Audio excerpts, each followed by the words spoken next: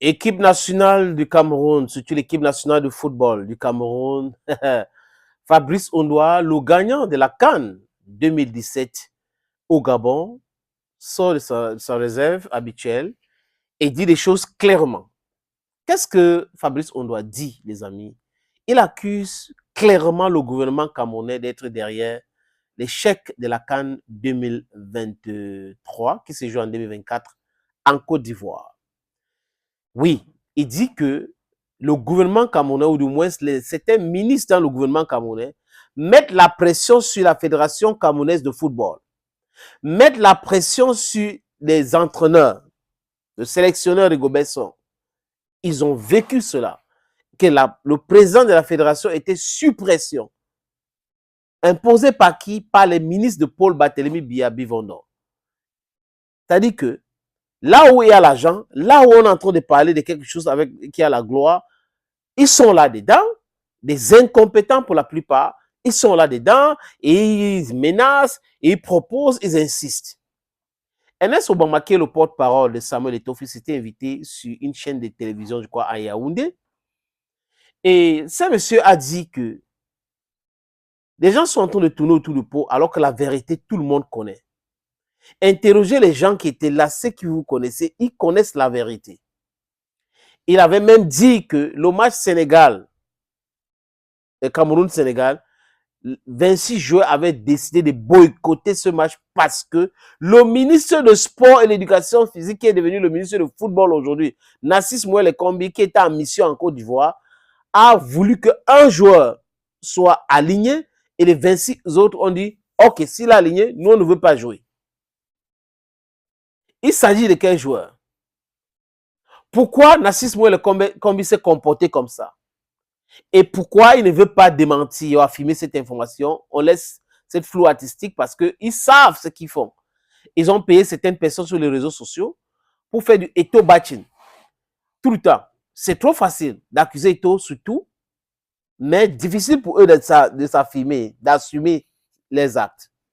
Ce monsieur est passé par le ministère de la Culture.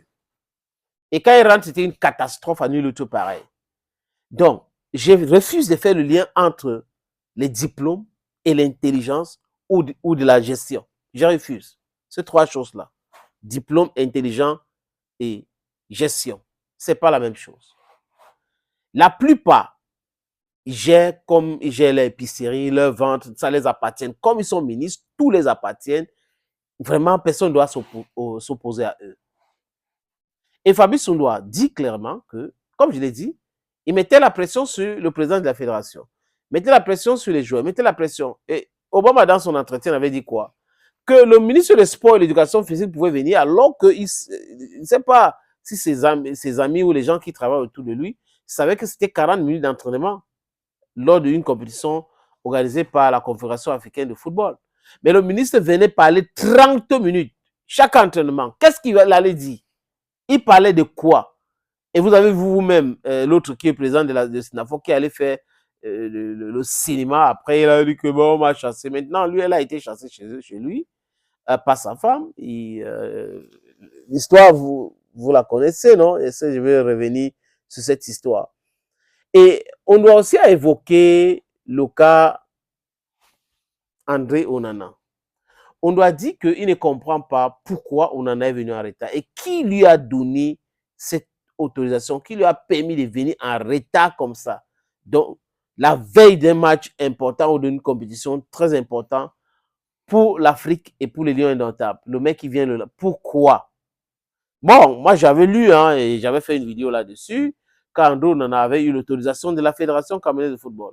Est-ce que c'est une autorisation vraie ou c'était juste pour dire que, ok, s'il veut rester, il reste. Verbal comme ça ou téléphonique.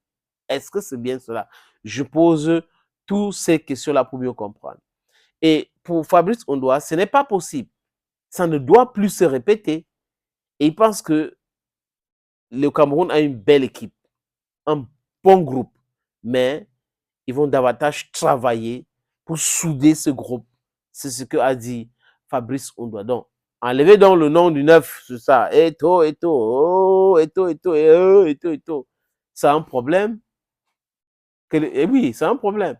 Parce que les gens qui sont là-dedans, dans Eto matin, Eto, Fédération, ceci, la Fédération a fait ceci, d'autres annoncent même qu'il n'y aura pas de playoffs. Après, quand il y a les playoffs, ils publient encore qu'il y a les playoffs. Ils sont, dans la plupart des temps, dans l'incongruité totale. C'est de ça qu'il est question aujourd'hui, les amis. Donc, j'espère que ceux qui se posaient beaucoup de questions ont écouté Fabrice Ondoa. Et maintenant, depuis Qatar, on attend la sortie d'André Onana. Pourquoi André Onana refuse de parler de tous ces problèmes-là? Il n'en sait rien. Parce que peut-être qu'un jour, il va décider de parler, mais lui, jusqu'à présent, il ne veut pas parler de ça. Je ne veux pas le voir en train de parler ou essayer d'expliquer qu'on a dit Fabrice Ondoa. Parce que la façon que Fabrice Ondoa a présenté les faits, c'était pas suppression. C'est un truc comme ça qu'il ne comprenait pas pourquoi telle chose, ne comprenait pas pourquoi telle ou telle autre chose. Voilà. Thank you, friends, for always watching videos on this platform. Thank you so much more. God bless you and bye-bye.